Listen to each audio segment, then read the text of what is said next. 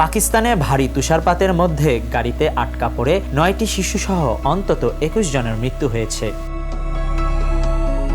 লোকজনকে উদ্ধারে সামরিক বাহিনী রাস্তা পরিষ্কার করার চেষ্টা চালিয়ে যাচ্ছে। রাজধানী ইসলামাবাদের উত্তরে একটি পাহাড়ি অবসর বিনোদন শহর মারি। সম্প্রতি মারিতে অস্বাভাবিক ভারী তুষারপাত হচ্ছে। এই দৃশ্য দেখতে সেখানে হঠাৎ করে প্রচুর পর্যটক হাজির হওয়াতে গত কয়েকদিনে 1 লাখেরও বেশি গাড়ি প্রবেশ করেছে।